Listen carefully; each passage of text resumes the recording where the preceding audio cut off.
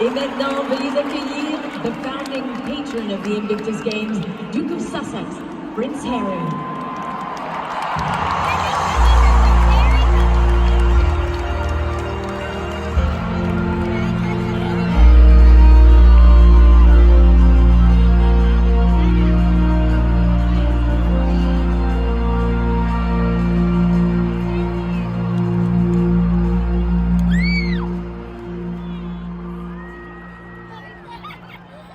Hello Canada and bienvenue.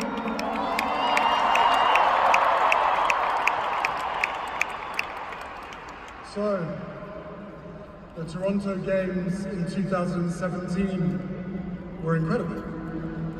And I'm told that there is pretty much no rivalry between East and West Coast, especially when it comes to sport. So I have a question for you, Vancouver. Are you ready to show Toronto and the world how the games are done?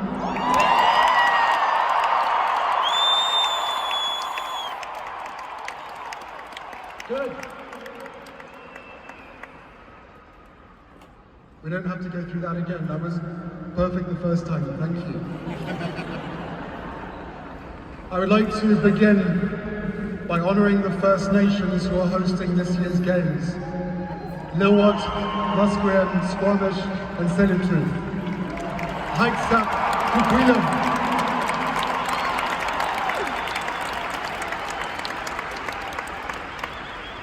From the bid for the Games through to this week's competition, we have walked together side by side on this journey. And we are so grateful to you for having these Games on your land. Today and for the next week, Warriors unite.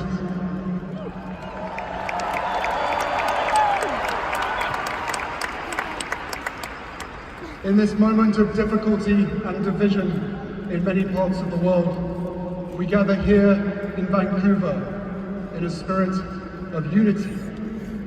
We represent 23 nations, speak many different languages, and reflect the full breadth of the world's religions and faiths.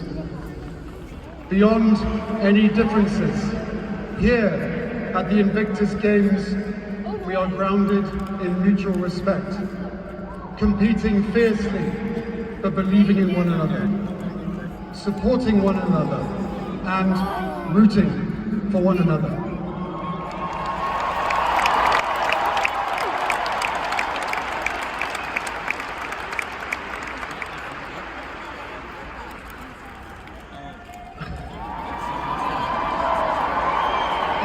I love you guys. Listen, the games were born more than a decade ago from a promise that I made to myself. A promise to uphold my obligation, a sacred obligation after my own decade and privilege of military service. To do whatever I could to help my fellow brothers and sisters heal, and to champion everything that we stand for.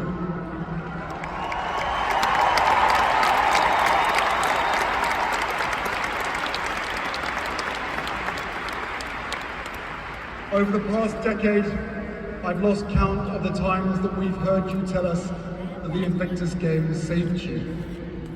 Respectfully, I disagree. Invictus didn't save you, you saved yourself.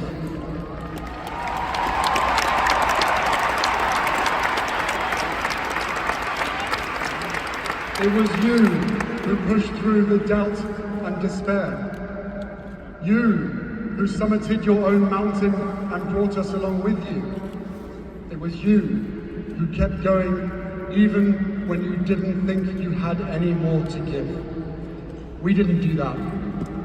You did.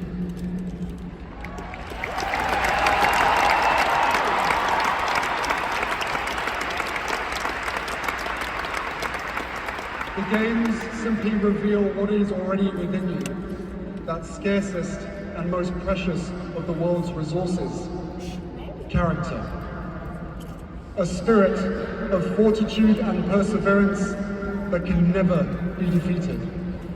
That is the magic of the Invictus Games.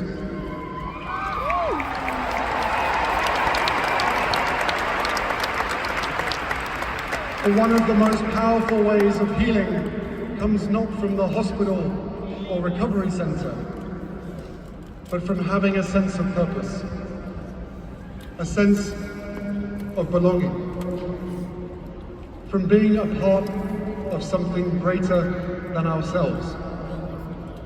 And that healing, though it begins with you, extends to your children and loved ones who delight in the simple gift of seeing you smile once again, of knowing your mind isn't someplace else, and that you are fully present.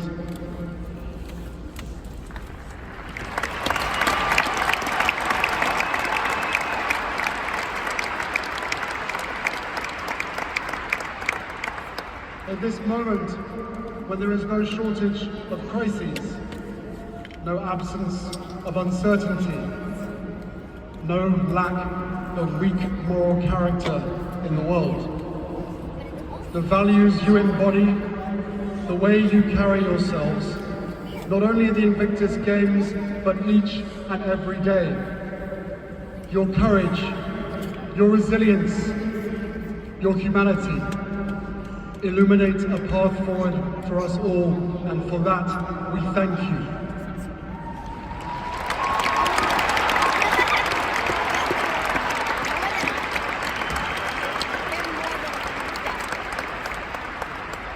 Your leadership did not end when you stepped off the battlefield or took off the uniform. It endures. The example you set is a compass for the world. We need you, and will always need you. Someone once asked Nobel laureate Toni Morrison how we survive whole in the world. And she replied, "Sometimes you don't survive whole, you just survive in part. But the grandeur of life is that attempt. It's not about that solution. It is about being as fearless as one can and behaving as beautifully as one can under completely impossible circumstances." So, as we embark on this year's competition, here is my challenge to all of you. Show the world how you behave under completely impossible circumstances. Show the world your fearlessness. Show the world the grandeur in your attempt at victory. Show the world why you are Invictus. Thank you.